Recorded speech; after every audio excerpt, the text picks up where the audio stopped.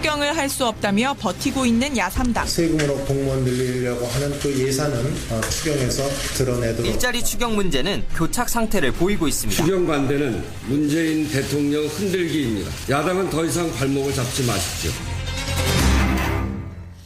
예, 정부조직법 개정안 우여곡절 끝에 국회 통과했습니다. 물론 물관리 일원화 이 부분은 추후에 논의하기로 빼놓긴 했습니다만 어쨌든 정부조직법은 됐어요. 문제는 추경입니다. 추경. 야당의 반대가 강해서 과연 이 추경 해법이 마련될 것인가 걱정을 했었는데 어제 오후에 접점을 찾았다 이런 얘기도 들려서요. 확인을 좀 하겠습니다. 더불어민주당 우원식 원내대표 연결을 하죠. 우 대표님 안녕하세요. 네, 안녕하세요. 우원식입니다. 요새 밤잠은 좀 주무세요? 요즘은 정말 여서야대를 절감하고요. 예.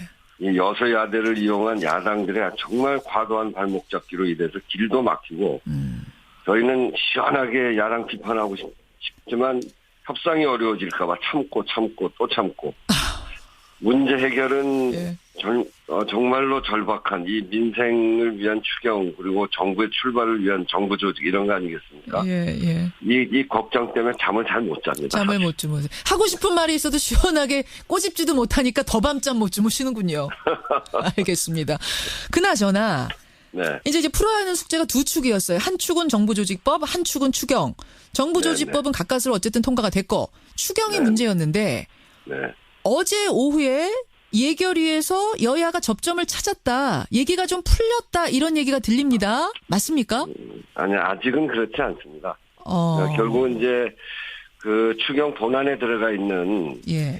중앙공무원 채용 비용 80억이 있는데 그거는 도저히 인정하지 않겠다는 것이고요. 공무원 증원 예산 80억 원 이거는 절대 안 된다. 그거고요. 네. 그럼 왜 절대 안 된다고 하는지 전 잘 이해가 안 돼요. 그래서 작년에 편성해 놓은 예비비 중에 쓸 수 있는 항목이 있거든요. 그 항목을 자유한국당 그 전신인 새누리당도 그렇고 국민의당도 그렇고 그런 그 공무원 채용 500억 그걸 우리가 만들었다 이렇게 다 국민들한테 홍보도 했던 그런 예산입니다. 그러니까 여야가 바뀌기 전에 500억 얘기 말씀하시는 거죠? 네. 그때는 거기서 쓰는 거 예비비 500원에서 쓰는 거를 다 동의를 했었다. 네. 근데 이제 그거를 사실상 그러면 쓰면 되는데 그것도 이제 못 쓰게 꽉꽉 틀어막고 있었거든요. 이제 그 부분에 관해서 조금 여유를 둘 것인가 하는 논의가 있는데 아직 결론은 못 냈고요. 못 냈군요. 네.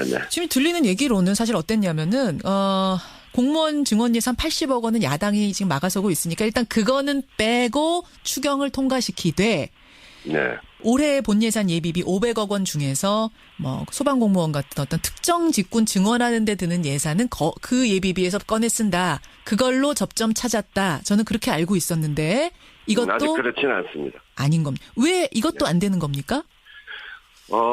일부 어느 야당의 일부에서는 그런 의견이 그렇게 해주자는 의견이 있는데요. 지금 야당이 여러 군데잖아요. 여러 군데죠. 네, 다른 야당은 또 그건 절대로 안 된다. 이런 의견도 있고. 합의가 돼야 된다. 어디가 되고 어디가 안 된대요? 그러니까 국민의당에서는 일부 그런 의견이 나왔어요. 근데 자유한국당에서는 절대 안 된다고 그러고 바른정당이 절대 안 된다고 그러고. 그래서 어젯밤 늦게까지 그런 논란이 있었고. 그것이 아직 해결이 안 된 상태입니다. 그래서 오늘 아침 8시 반에 예결위 간사들이 다시 모여서 그 문제에 관해서 논의를 하기로 그렇게 되어 있습니다. 민주당은 그 정도라도 좀 받아야 하지 않겠냐. 그래서 일단 추경은 통과시켜야지 않겠냐. 이 입장이신 거죠? 저희들은 문재인 대통령이 일자리 대통령이라고 자임하고 있고 그리고 청와대 일자리 상황실도 만들고 대통령의 1호 공약이 좋은 일자리 만들기 아닙니까? 그만큼 우리 사회가 일자리가 절박해져 있기 때문에 그 일자리를 만들 수 있는 활로를 만들기만 하면 저희는 그 추경을 통과시킬 수 있는 거죠. 근데 이제 공무원 자리 늘리는 부분이라서 동의를 못한다. 이거거든요. 공무원이 왜 더 필요한 거냐. 이거 국민들도 동의 안 하실 거다. 이게 지금 야당 입장인 것 같은데. 그게 그냥 공무원이 아니고요. 저희들이 이야기하는 건 경찰 공무원, 소방 공무원, 또 사회복지 공무원, 방문 간호사 등등 이런 것들입니다. 특정 직군이다. 이 특정 직군. 그러니까 공공 서비스를 위한 특정 직군이고요. 예. 이런 분들에 대해서는 자유한국당도 지난 홍준표 후보가 대선 때 예.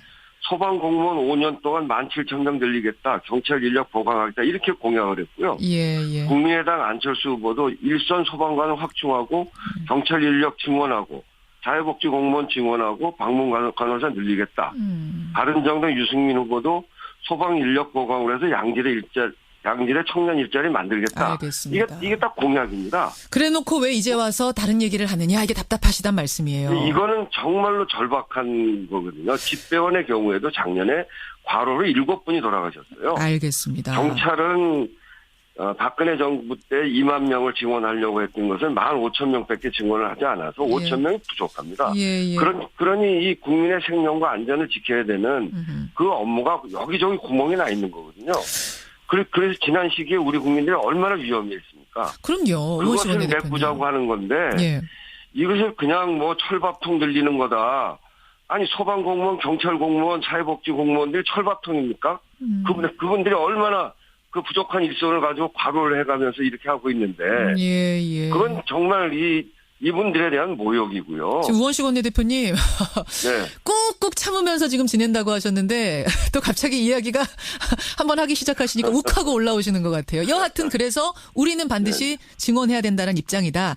이 조정안, 절충안이라도 좀 받아달라는 말씀이신데 마지노선은 언제까지 보고 계세요? 저희는 이번 국회가 8월 2일입니다. 예. 그래서 정말 오늘 내일 이렇게 처리해야 된다고 생각하고요. 정말 시급한 문제이기 때문에. 예. 그런데 이분들이 협조를 안 하면 뭐 장기전을 대비해서 8월 2일까지라도 해야 되고요. 그렇게 한다면 국민들에게도 정말 알리고 호소하고 이 일은 민주당이나 문재인 정부만을 위해서 하는 것이 아니고 우리 국민들의 지난 대선 과정 때 요구했던 거거든요. 알겠습니다. 우리 국민들의 절박한 일자리와 국민의 생명과 안전을 위해서 만들어야 되는 일자리를 막고 있기 때문에 이건 도저히 저희가 받아들일 수 없는 거죠.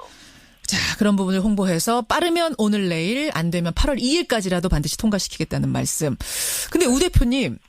네. 요 추경 얘기로 한참 뜨거웠는데 어제부터 갑자기 뜨거워진 이슈가 하나 더 있습니다. 이게 바로 증세에 관한 건데 행자부 김부겸 장관이 증세 없는 복지 어렵다. 솔직해지자 이런 말씀으로 화두를 꺼냈고요. 추미애 대표가 연간 소득 2천억 원 넘는 초대기업하고 5억 원이 넘는 초고소득자는 과세 구간을 하나 더 만들자.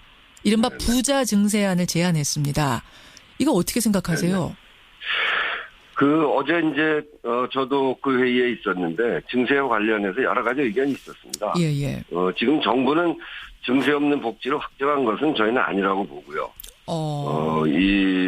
그렇지만 또 한편으로는 이 세제는 국민 신뢰가 필수잖아요. 예. 이 정부가 할 도리를 다해서 그 세제 행정의 신뢰를 확보하는 것이 우선이고요.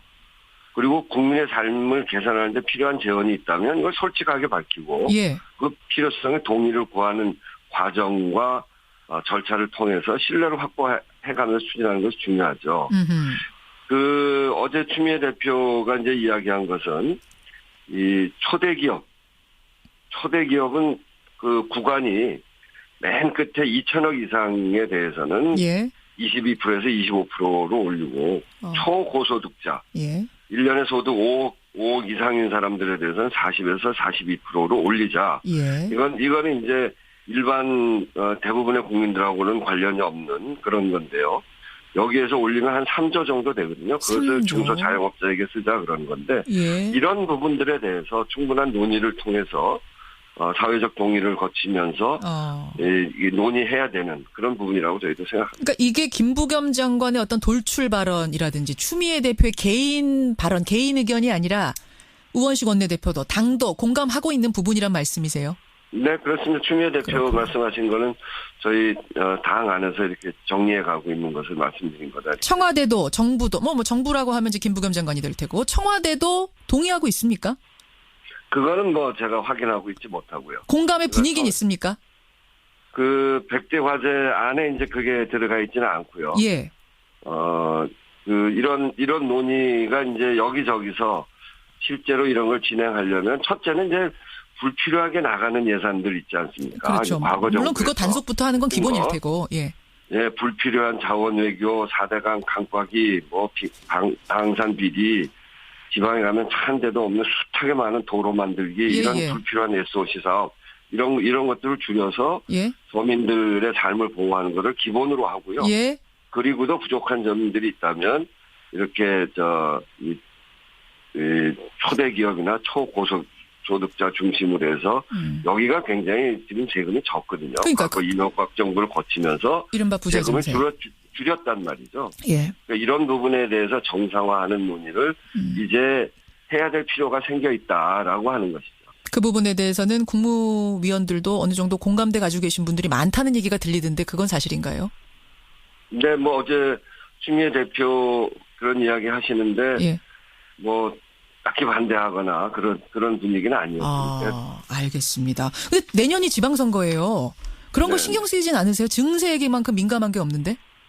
아니, 초고소득자 그리고 초대기업에 세금 더 걷는 게 지방선거가 뭔 관계예요? 무슨 관계가 있겠느냐. 오히려 이렇게 해서 여기서 걷어지는 재원을 가지고 중소자영업자를 보호하기 위한 비용으로 쓰자.